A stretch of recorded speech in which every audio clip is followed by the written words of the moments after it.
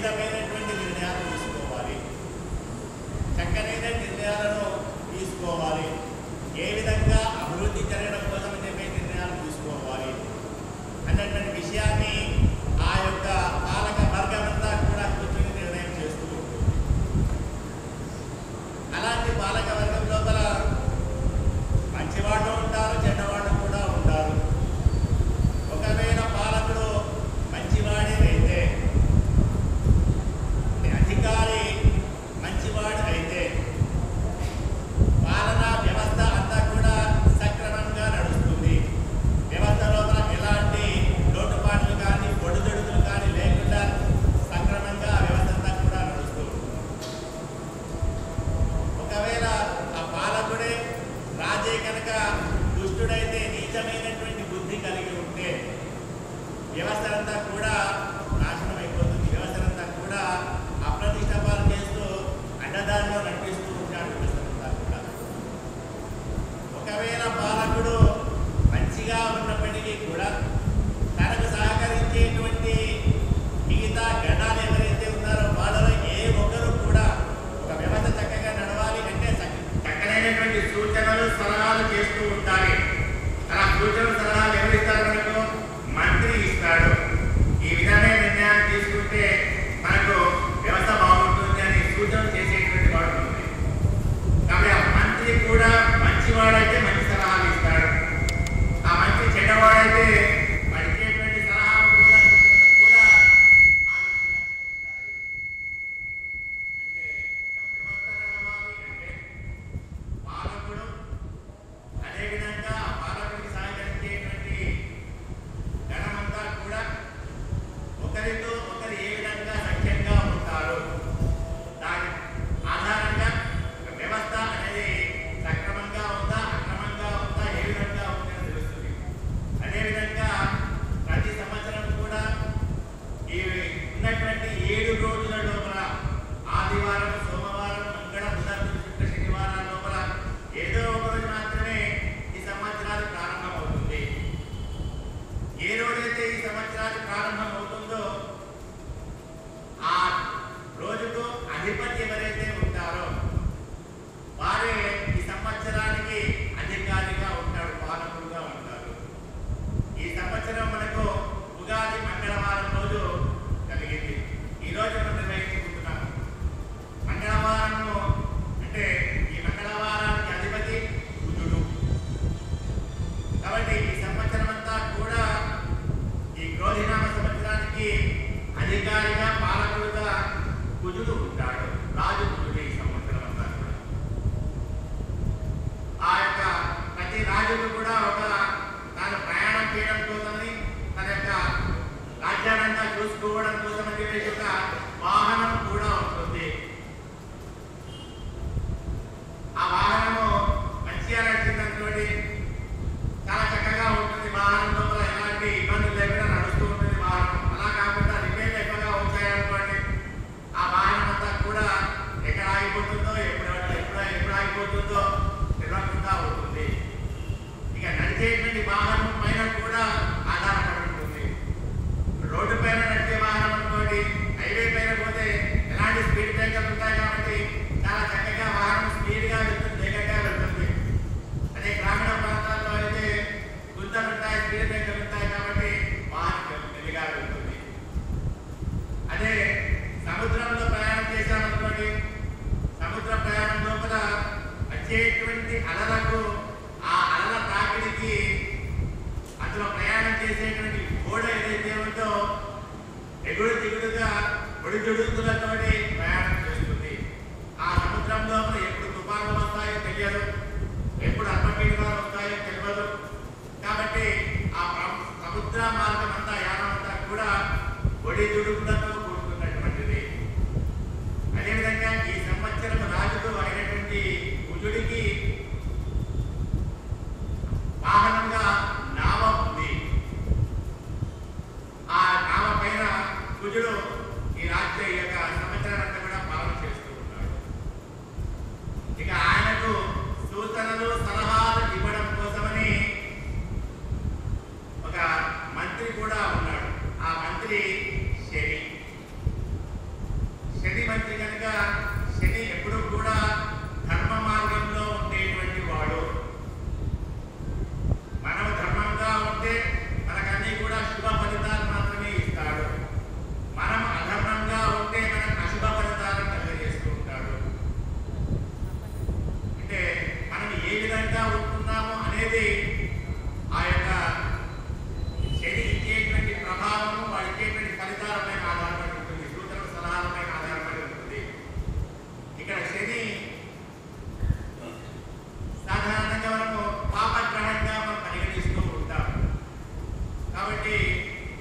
అధిపతిగా శని ఉన్నాడు కనుక పడిచేటువంటి సలహాలు సూచనలు అన్నీ కూడా దూరమైనటువంటి దుష్టమైనటువంటి దుర్బుద్ధి కలిగేటువంటి సలహాలు మాత్రమే శని కలగజేస్తూ ఉంటాడు.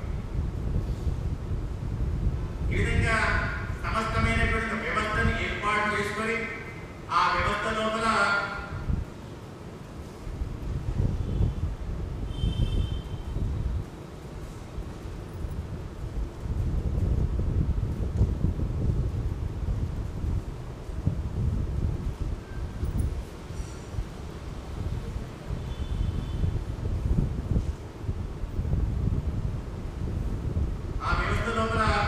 ఈ సంవత్సరం అంతా కూడా నడుస్తూ ఉంది.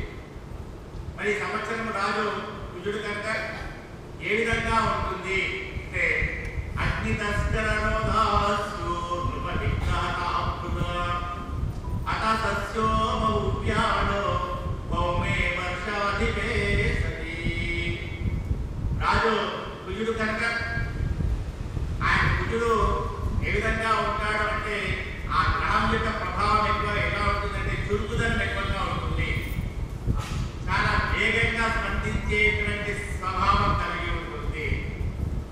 ఎప్పుడు కూడా ఆయుధాలను ధరించేటువంటి సామర్థ్యంతో సన్నద్ధంగా ఉంటాడు కుజుడు కనుక అలా ఆయుధాలను ధరించి ఎప్పుడు వేగంగా స్పందించేటువంటి వాడు కనుక వాడి నిర్ణయాలు కూడా అదే విధంగా ఉంటాయి.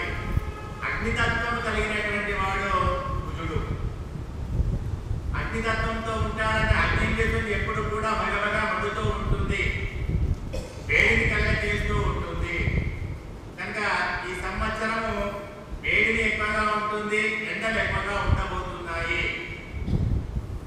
ఇక అంతేకాకుండా ఈ సంవత్సరం అగ్ని ప్రమాదాలు ఎక్కువగా, వాహన ప్రమాదాలు ఎక్కువగా కలిగేటువంటి అవకాశం ఉంది. అంతేకాకుండా ఆయుధాలను ధరిస్తాడు అని చెప్పి చెప్పుకున్నాం. ఆయుధాలు ధరించే వాళ్ళు ఎవరు? సైనికులు ధరిస్తారు, పోలీస్ వ్యవస్థ ధరిస్తుంది, అదేవిధంగా దొంగలు కూడా ధరిస్తారు. అంటే ఈ సంవత్సరం సరిహద్దు ప్రాంతాల లోపల యుద్ధ వాతావరణము ఏర్పడేటువంటి అవకాశం ఉంది, యుద్ధ పరిస్థితులు కలగజేస్తుంది. రాష్ట్రాల్లో కూడా ఈ ఆయుధాలు ధరించేటువంటి దొంగలు ఎవరైతే ఉంటారో వాళ్ళ యొక్క భీమత్వం ఉంటుంది, దొంగతనాలు ఎక్కువవుతాయి, చోరుల యొక్క బాధ ఎక్కువ అవుతుంది. ఈ సంవత్సరం ఉద్యమాలు తీవ్ర రూపంలో దాచడం చేత పోలీసులు కూడా ఆయుధాలు ధరించి వాటిని అదుపులో తీయవలసినటువంటి అవసరం ఉంటుంది. అంటే పోలీస్ వ్యవస్థ, సైనిక వ్యవస్థ, అదేవిధంగా చోరుడు, వీళ్ళకు ప్రభావం ఎక్కువగా ఉండబోతుంది ఈ సంవత్సరం. ఇక కుజుడు ఎర్రనైనటువంటి గ్రహం, ఎరుపుకు చిహ్నంగా కుజుడిని తీసుకుంటాం మనం. అంటే ఈ సంవత్సరము ఎరుపు ధాన్యాలైనటువంటి బొబ్బర్లు, తొగర్లు, ఇలాంటి ధాన్యాలు ఎక్కువగా పండుతాయి. ఎర్రనైనటువంటి నేలలు ఏవైతే ఉన్నాయో అందులో ధాన్యాలు ఎక్కువగా పండుతాయి. ఎర్రని నేలల్లో పండేటువంటి ధాన్యాలు చాలా చక్కగా వాటి యొక్క ధరలు తగ్గుతూ ఉంటాయి. ఎర్రని వస్తువుల విలువ పెరుగుతుంది, ఎర్రని ధాన్యాల విలువ పెరుగుతూ ఉంటుంది. ఇక రాజు యొక్క వాహనము నావ. జనానాం ప్రమితే సర్వే చతుష్పాదాః ప్రపీడితాః విఫలా సకలా ధాత్రీ నౌకవాహనమత్సరే.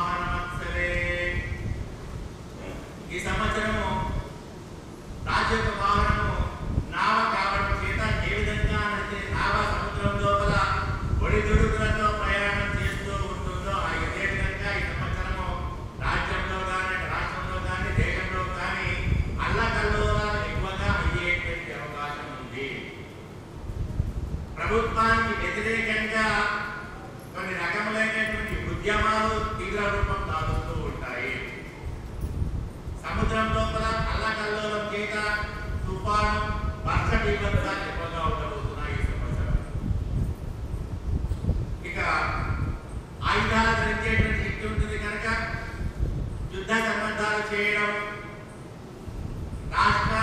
రాష్ట్రానికి కేంద్రానికి మధ్య స్పర్ధలు కలగడం చేత రావాల్సినటువంటి ధనం కానివ్వండి, ట్యాక్సెస్ కానీ సరిగా రాకపోవడం చేత వారిద్దరి మధ్య కేంద్రానికి రాష్ట్రానికి మధ్య కూడా పొందన కుదరకుండా ఉంటుంది.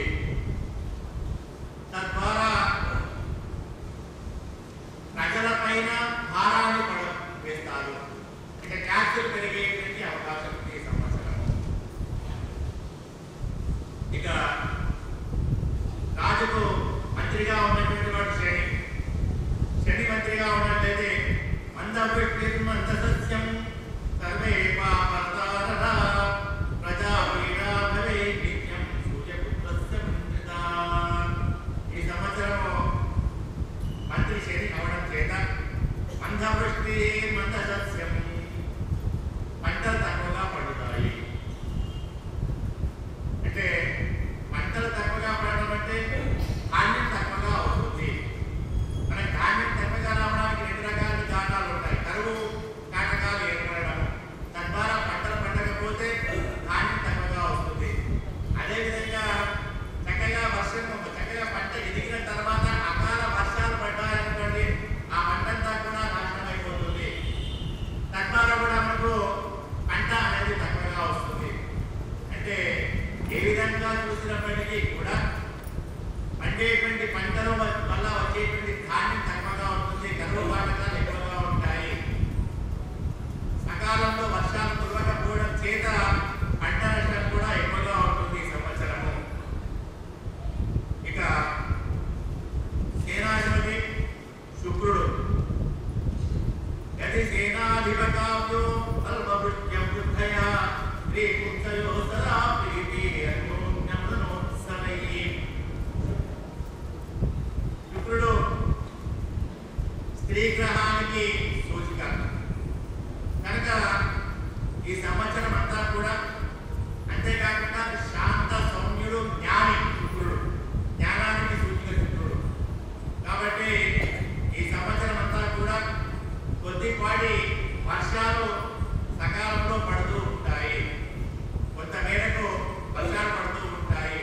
అన్యోన్యంగా స్త్రీ పురుషుల మధ్య అన్యోన్యత, అనురాగాలు ఎక్కువగా పెరుగుతూ ఉంటాయి ఈ సంవత్సరం.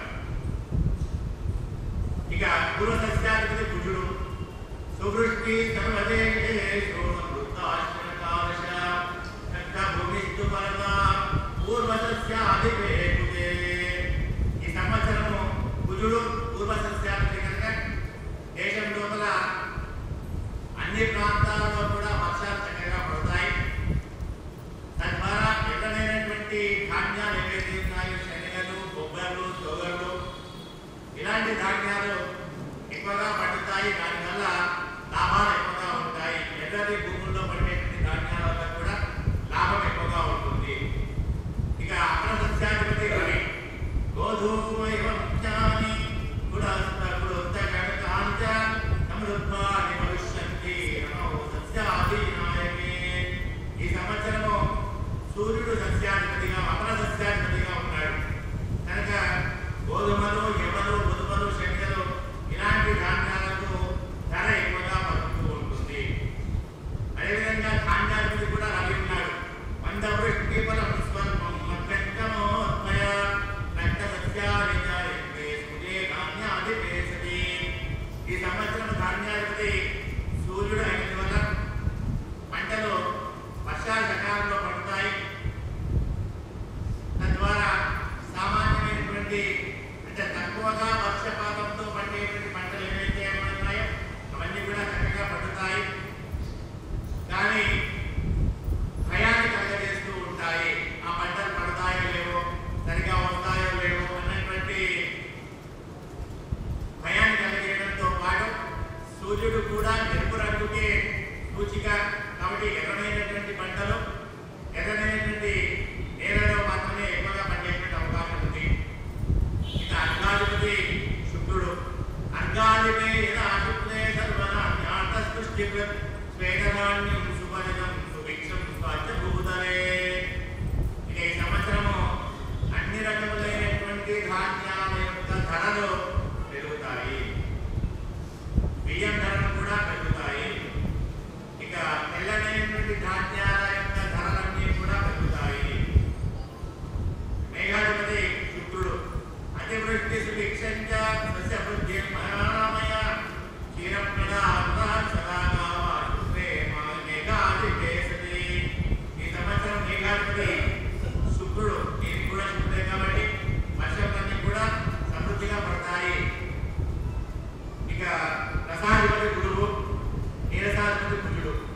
సువృష్టి సర్వసస్యానాం ఫలితా ముఖ్యజాతయ సదా ఆరోగ్యం సుభిక్షంచ జీవేంద్రసాదికే ధరాసుతే నీరసపే సతీయ కస్తూరి తామ్రావచందనాని ప్రమాణయేమారుణాం కుమారిరంతాని వస్తూని బహువిచ్యమ్య. ఈ సంవత్సరము గురువు రసాధిపతి కుజుడికి రసాధిపతి కాబట్టి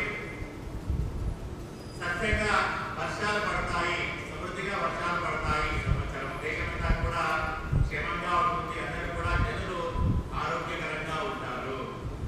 ఇక అగ్నిరసాధిపతి కుజుడైన కనుక జనమైనటువంటి ఎర్రచందనం నిల్వ కానివ్వండి, కస్తూరి, రాగి, బంగారం, అగరు, ఇలా కుంకుమ ఇలాంటి ఎర్రమైన వస్తువుల యొక్క ధరలు ఎక్కువగా ఉంటాయి. ఇక పశుపాలకుడు యముడున్నాడు. అనర్ఘమల్వ వృష్టిశ్చ కల్పక్షీరం తదా దృఢం పశుపీడామనే నిత్యం వినశ్చేతస్సు నాయకే. ఈ సంవత్సరము పశుపాలకుడు యముడు కనుక పశువుల యొక్క మరణం ఎక్కువగా ఉంటుంది. పాడి పరిశ్రమ దెబ్బతీసేటువంటి అవకాశం ఉంది. పాలు తక్కువగా ఇస్తాయి. పశువులకు సరి అయినటువంటి గ్రాసం లేక పాలు తక్కువగా ఇస్తాయి. అవన్నీ కూడా వాటికి సరైన గ్రాసం లేకపోవడం లేదా. కానీ స్థానరక్షకుడుగా సర్వరక్షకుడుగా ఉన్నటువంటి వాడు శ్రీకృష్ణ పరమాత్మ కాబట్టి పశువృద్ధి వీక్షంచ భోజస్య ఆఘం సంపదన్ సంపూర్ణ వృద్ధిస్యో గోపాలే పశునాయకే. ఇక ఈ సంవత్సరము స్థానరక్షకుడుగా పశువుల రక్షకుడుగా ఉన్నటువంటి కృష్ణుడు కనుక ఈ సంవత్సరము పశువుల యొక్క వాటికి కొంత నష్టం కలిగినప్పటికీ కూడా వృద్ధి అనేది ఉంటుంది ఈ సంవత్సరం. ఇంకా ఈ సంవత్సరం మనం చూసుకున్నట్లయితే ఎప్పుడు కుజుడు కుంభరాశిలో ఉన్నాడు. ప్రస్తుతం ఈరోజు ఉగాది ఆరంభమైన రోజు కుజుడు కుంభరాశిలో ఉన్నాడు. అందులో కూడా శనితో కలిసి ఉన్నాడు. శనితో కుజుడు కలిసి ఉన్నది రెండింటి యొక్క శని కుజుల యుద్ధి వల్ల ఆ రెండు గ్రహాలు కలిసి ఉన్నాయి. అదేవిధంగా మేషంలో కూడా గురువు కుజుడు ఇద్దరు కూడా కలిసి ఉన్నారు. ఇక మీనరాశి లోపల శుక్రుడు రాహువు రవితో కలిసి ఉన్నారు. అంటే పాపగ్రహాల యొక్క యుద్ధి ఎక్కువగా ఉంది. పాపగ్రహాలు కలిసి ఎక్కువగా ఉన్నాయి రాశుల లోపల. అంటే పాపగ్రహాల యొక్క ప్రభావం ఎక్కువగా ఉంటుంది. పాపగ్రహాల యొక్క ప్రభావం ఎక్కువగా ఉంటుంది కనుక ఈ సంవత్సరము మనకు అనేక రకములైనటువంటి ఒడిదుడుకులు నష్టాలు ఎక్కువగా ఉంటాయి. ప్రభుత్వం యొక్క పాలనలో కానివ్వండి, పరిపాలన లోపల, రక్షణ విషయం లోపల కొన్ని దృఢమైనటువంటి కఠినమైనటువంటి నిర్ణయాలు తీసుకోవాల్సిన అవసరం ఉంటుంది. ఇక ప్రజల యొక్క సాధారణ వ్యవహారాలు ఏవైతే ఉన్నాయో ఈ సాధారణ వ్యవహారాల పైన అనేక రకములైనటువంటి వీళ్ళకు ప్రజలకు అందరికీ కూడా అందుబాటులో తీసుకుని రావడం కోసం అని చెప్పేసి అనేక రకమైన ప్రయత్నాలు చేస్తూ ఉంటారు. ప్రజా సంక్షేమ పథకాలకు చెల్లుబాటు అవుతుంది. తద్వారా ప్రజా సంక్షేమ పథకాల కంటే దానికి ఆల్టర్నేట్గా ఇతరమైనటువంటి ప్రజలకు ఉపయోగకరమైనటువంటి చాలా సులభంగా ప్రజల దగ్గరికి చేరుకునేటువంటి పథకాలు ఏవైతే ఉన్నాయో అందరికీ కూడా అందుబాటులో ఉండేలాగా, అందరికీ కూడా లభించేలాగా మనం చూస్తున్నాము. ఆరోగ్య విషయం లోపల మనము డబ్బులు చాలా చెల్లించాల్సి వస్తుంది. ఈ సంవత్సరము కుజుడు అధిపతిగా ఉన్నాడు కనుక వైద్య విధానం లోపల ప్రజలకు అందుబాటులో స్వల్పమైనటువంటి తక్కువ ధరకు మేలుకైనటువంటి చక్కనైనటువంటి వైద్యాన్ని అందించేటువంటి విధానాన్ని ప్రభుత్వం తీసుకొని వస్తుంది ఈ సంవత్సరం. అంటే పూర్తిగా ప్రజలకు అందుబాటులో ఉంటూ మేలైనటువంటి సంపూర్ణంగా సామాన్య ప్రజలందరికీ కూడా అందుబాటులో ఉండేలాగా మేధావుల యొక్క సలహాలు సూచనలు ప్రభుత్వం చక్కనైనటువంటి నిర్ణయాలను తీసుకుంటూ ఉంటుంది. అందరికీ కూడా ఈ వనరులన్నీ కూడా అందించాలి ప్రతి ఒక్కరికి అనేటువంటి భావనతోటి ప్రభుత్వం అడుగులు వేస్తుంది. ఆ ఆలోచనలో దాదాపుగా సఫలం అవుతారు ప్రభుత్వాలన్నీ కూడా. ఇక ఈ సంవత్సరం అకాల వర్షాలు ఎక్కువగా ఉన్నాయి. జూన్ చివరి మాసం లోపల, జూలై ప్రారంభం జూన్ చివరి వారం లోపల, జూలై మొదటి వారం లోపల తుఫాన్ బీభత్సం ఎక్కువగా ఉంటుంది. దానివల్ల భాగ్యనగరం లోపల, హైదరాబాద్ లోపల వరద ప్రభావానికి ఎక్కువగా ఉంటాయి. వరద ప్రభావం ఎక్కువగా ఉంటుంది హైదరాబాద్లో ఈ సంవత్సరం. వరద నష్టం కూడా ఎక్కువగానే ఉంటుంది. నిర్జీవంగా ఉన్నటువంటి కొన్ని నదులు హైదరాబాద్ పరిసర ప్రాంతాల లోపల, హైదరాబాద్ లోపల అవి సజీవంగా అయ్యేటువంటి అవకాశం కూడా ఉంది. నదులన్నీ కూడా అంటే విపరీతమైనటువంటి వర్షాల వల్ల హైదరాబాద్లో గడవలపైన ప్రయాణం చేసేటువంటి అవకాశం కూడా అవసరం కూడా రావచ్చు. హైదరాబాద్లో ఈ సంవత్సరము వర్ష ప్రభావం ఎక్కువగా ఉంటుంది. ఇక అంతేకాకుండా జూలై చివరి మాసం లోపల జూలై చివరి వారం, ఆగస్టు మొదటి వారం 4-5 తేదీల లోపల గోదావరి నదికి ఇంతవరకు లేనటువంటి ఒక ఉధృతమైనటువంటి వరద బీభత్సాన్ని మనకు గోదావరి కలుగజేస్తుంది. ఈ సంవత్సరం గోదావరి ఉధృతి ఎక్కువగా ఉండబోతుంది ఈ సంవత్సరం. తద్వారా ఆర్థిక నష్టము, జన నష్టం కూడా ఎక్కువగా ఉంటుంది. ప్రాణ నష్టము, జన నష్టం ఎక్కువగా ఉంటుంది. అంటే వర్షాలు సకాలంలో పడకుండా అకాలంలో వర్షాలు పడడం చేత, విస్తృతమైనటువంటి వర్షాలు పడడం చేత, అధికమైనటువంటి వర్షాలు పడడం చేత ఆర్థిక నష్టము, ప్రాణ నష్టము, ఆర్థిక నష్టాలు ఈ సంవత్సరం ఎక్కువగా ఉంటాయి. తెలంగాణ లోపల ఈ అధిక వర్షాలు పడతాయి. దాని ద్వారా కొన్ని రకమైనటువంటి ఇబ్బందులు అనేవి ఏర్పడుతూ ఉంటాయి. ఇక ఉత్తర భారతదేశంలో కూడా ఈ వరద బీభత్సం ఎక్కువగానే ఉంటుంది ఈ సంవత్సరం. అధిక వర్షాల చేత విస్తారమైనటువంటి వర్షాలు పడుతూ ఉంటాయి. ఈ సంవత్సరము ఎవరు ఊహించినటువంటి కొత్త రాజకీయ ప్రాంతీయ పార్టీలు ఉద్భవిస్తాయి. కొత్త ప్రాంతీయ పార్టీలు ఉద్భవిస్తాయి. కేంద్రంలో కానీ రాష్ట్రంలో కానీ ఎవరు ఊహించని విధంగా రాజకీయ పార్టీల యొక్క మిశ్రమం ఉంటుంది. అంటే వాటి మధ్య ఒప్పందాలు కలిగేసుకుంటూ ఉంటాయి. ఈ పార్టీలు కలుస్తాయా అనేటువంటి వాటి ద్వారా కూడా ఊహించకుండానే ఆ రెండు పార్టీలు కూడా కలిసిపోతూ ఉంటాయి. ఒక జనాకర్షణ కలిగినటువంటి రాజకీయ నాయకుడికి ఈ సంవత్సరం ఒక గొప్పనైనటువంటి జనాకర్షణ కలిగినటువంటి రాజకీయ నాయకుడికి ఈ సంవత్సరం ఆపద గడ్డం వచ్చి ఉంది. ఆయన యొక్క మహావిష్క్రమణ కూడా ఈ సంవత్సరం మనకు సూచిస్తూ ఉంది. ఒక ప్రాంతీయ పార్టీ మొత్తానికి కనబడకుండా పోతుంది మనకు ఈ యొక్క రాష్ట్రంలో కూడా, దేశంలో కూడా మొత్తానికి ఆ ప్రాంతీయ పార్టీ లేకుండా పోతుంది. దానివల్ల కొత్త ప్రాంతీయ పార్టీలు లభిస్తూ ఉంటాయి. ఇక కొన్ని ఈ ప్రకృతి వైపరీత్యాలు ఎక్కువగా ఉంటాయి ఈ సంవత్సరం. దాని ద్వారా ప్రాణ నష్టము, ప్రజా నష్టం ఎక్కువగా ఉంటుంది. ఈ సంవత్సరం మరికొంతమంది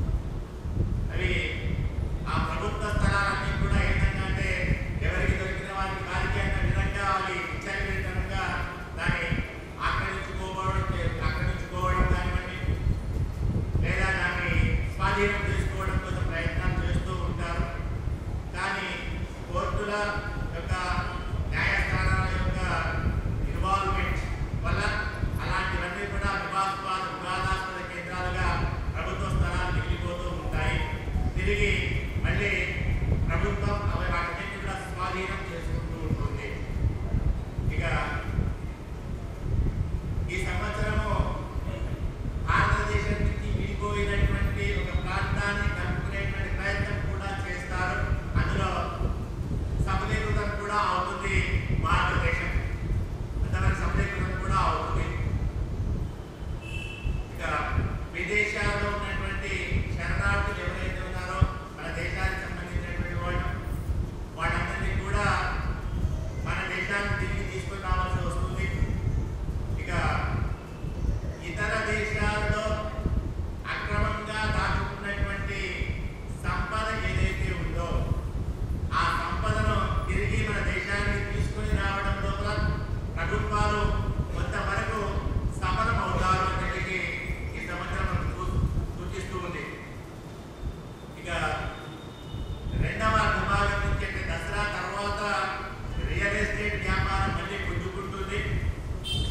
ఇక ఈ సంవత్సరం అంతా కూడా మనం ముందుగానే చెప్పుకున్నాము, సైనికులకు పోలీసులకు చేతి నిండా పని ఉంటుంది అని చెప్పేసి. అంటే ప్రజలకు సరి అయినటువంటి న్యాయం కలగకపోవడం చేత ఉద్యమాల రూపంలో గల ఉద్యోగులు కానివ్వండి, ప్రజలు కానివ్వండి సమయపాలన పడతారు. వాళ్ళందరూ కూడా ఉద్యమాలు చేస్తూ ఉంటారు. తద్వారా ఈ ఉద్యమాలను అంచడం కోసం అని చెప్పేసి ప్రభుత్వం పోలీస్ వ్యవస్థని, పోలీస్ రంగాన్ని ఉపయోగిస్తూ ఉంటుంది. ఇక నిరుద్యోగులకు వాళ్ళకు ఉద్యోగ అవకాశాలు ఎక్కువగా కల్పిస్తుంది ప్రభుత్వం. ఈ సంవత్సరము ప్రభుత్వ ఉద్యోగాలన్నింటినీ కూడా ఎక్కుతూ ఉంటుంది, ప్రభుత్వం అన్నింటినీ కలిగిస్తుంది. ప్రకృతి విమర్శలు ఎక్కువగా ఉంటాయి. ఈ సంవత్సరం లోపల మన తెలంగాణ రాష్ట్రానికి చెందినటువంటి ఒక వ్యక్తి తన అంతర్జాతీయ స్థాయి లోపల గొప్పనైనటువంటి స్థానాన్ని, ఖ్యాతిని సంపాదిస్తాడు. ఇక భారతదేశం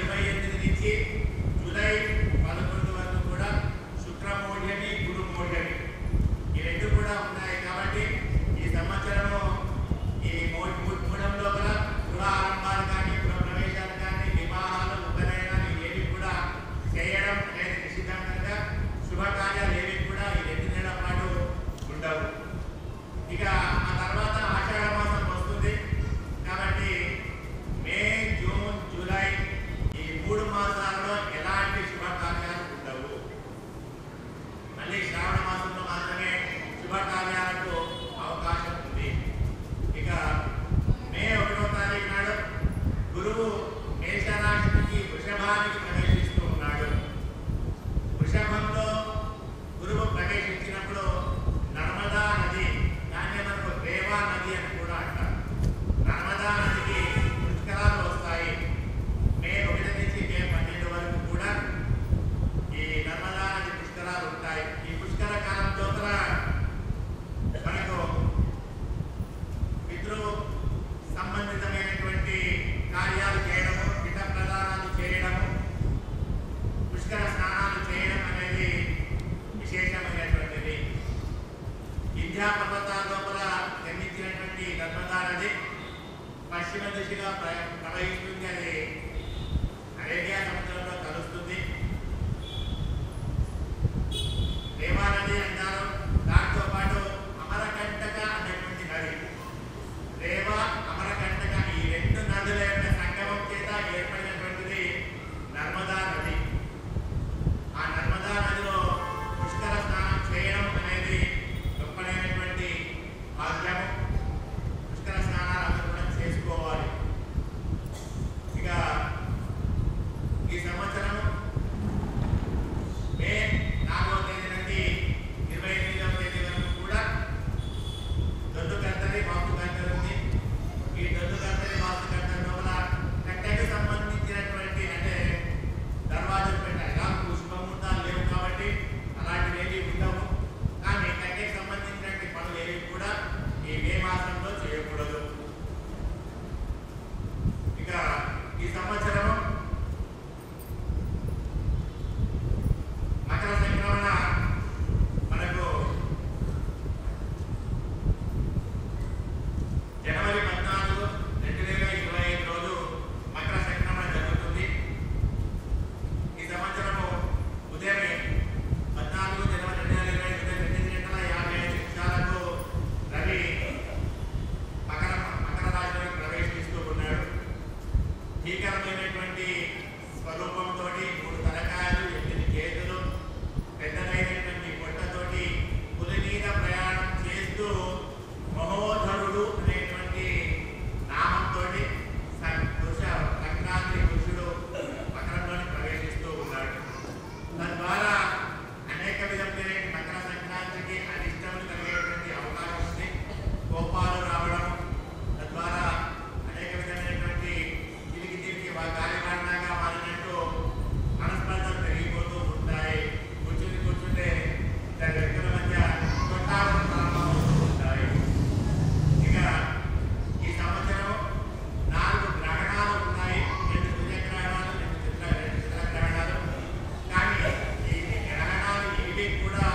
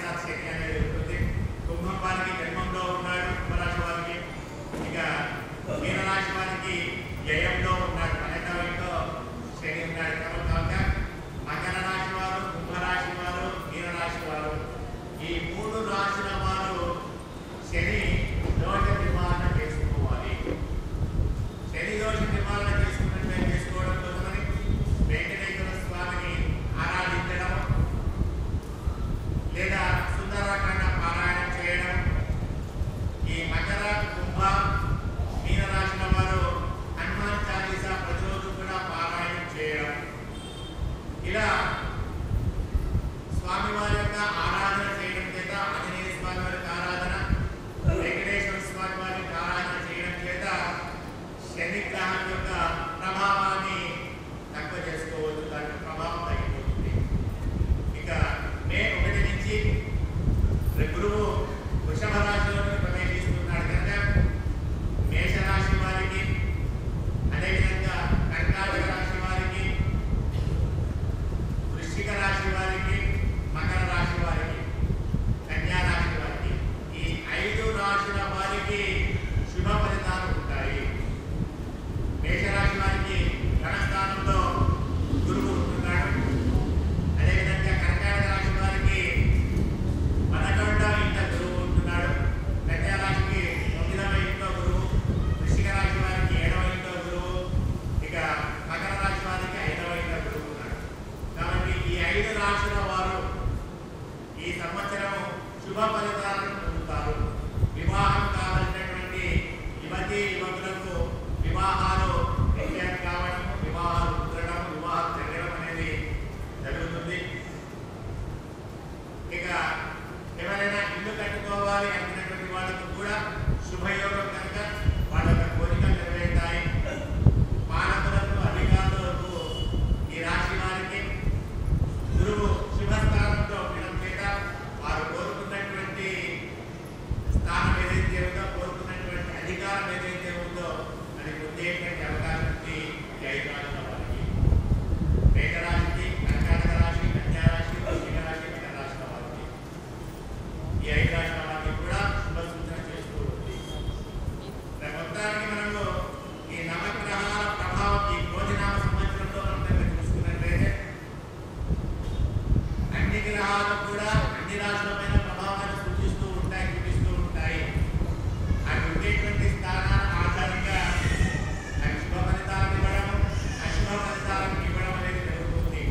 కొన్ని సందర్భాల్లో గ్రహాల యొక్క యుద్ధి వల్ల, శని కుజుడు యొక్క యుద్ధి వల్ల, అదేవిధంగా గురువు బుధుడు యుద్ధి వల్ల, అన్నింటినీ కూడా వ్యతిరేకమైనటువంటి గ్రహాలు పరస్పరం వ్యతిరేకంగా ఉండేటువంటి కనుక వాటి మధ్య ఎప్పుడు కూడా సఖ్యత అనేది ఉండదు. తద్వారా అనేక విధమైనటువంటి కష్టాలు పడడం అనేది జరుగుతూ ఉంటుంది. ఏది ఏమైనప్పటికీ కూడా మనకు ఏ గ్రహమైన శుభ ఫలితాలను ఇవ్వాలి అంటే ఇది ఇప్పటివరకు కూడా మనం చూసుకున్నది కేవలము అవుట్లైన్స్ మాత్రమే, సాధారణమైనటువంటి ఫలితాలు మాత్రమే మనం చెప్పుకోవడం జరిగింది. ఏ రాశికి ఏ విధమైన ఫలితాలు వస్తుందో అని. ప్రతి ఒక్కరికి కూడా జన్మ కుండలిలో ఉన్నటువంటి నవగ్రహాల ప్రభావం చేత, జరుగుతున్నటువంటి దశ చేత అది ఇచ్చేటువంటి శుభ అశుభ ఫలితాలపైన ఆధారపడి ఉంటుంది. ఎన్ని గ్రహాలు శుభస్థానంలో ఉన్నా, ఎన్ని గ్రహాలు అశుభ స్థానంలో ఉన్నప్పటికీ కూడా మనమందరము కూడా మన ఆచార్యులైనటువంటి విశిష్టాద్వైత వేదాంత ప్రవర్తకులు, పరమహంస పరివ్రాజకాచార్యులైనటువంటి అమర రామానుజుడు అయినటువంటి ఆ కరోనా సమయంలోనే తన సంకల్పం చేసుకొని 10 లక్షల మందితోటి